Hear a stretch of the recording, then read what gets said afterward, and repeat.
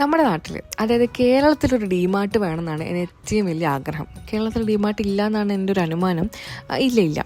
ഈ ഡിമാർട്ട് എന്ന് പറയുന്നത് നമുക്ക് വേണ്ടതും വേണ്ടാത്തതും എല്ലാമായ സാധനങ്ങൾ ഒരു കുടക്കീഴിൽ കിട്ടുന്നു, അതും വളരെ അഫോർഡബിൾ റേറ്റിൽ. ഇങ്ങനൊരു സ്ഥലമാണ് ഡിമാർട്ട്. ബാംഗ്ലൂർ വന്നതിന് ശേഷമാണ് ഞാൻ ആദ്യമായിട്ട് ഡിമാർട്ടിൽ പോകുന്നത്. കാരണം കേരളത്തിലല്ലോ ഒബ്വിയസ്ലി. പക്ഷേ ഡിമാർട്ടിൽ പോയി ഇതിപ്പോൾ എൻ്റെ കുടുംബസ്വത്ത് പോലെ. എനിക്ക് എല്ലാ മാസവും ഇവിടെ കയറില്ല, എനിക്കൊരു സമാധാനം കിട്ടില്ല.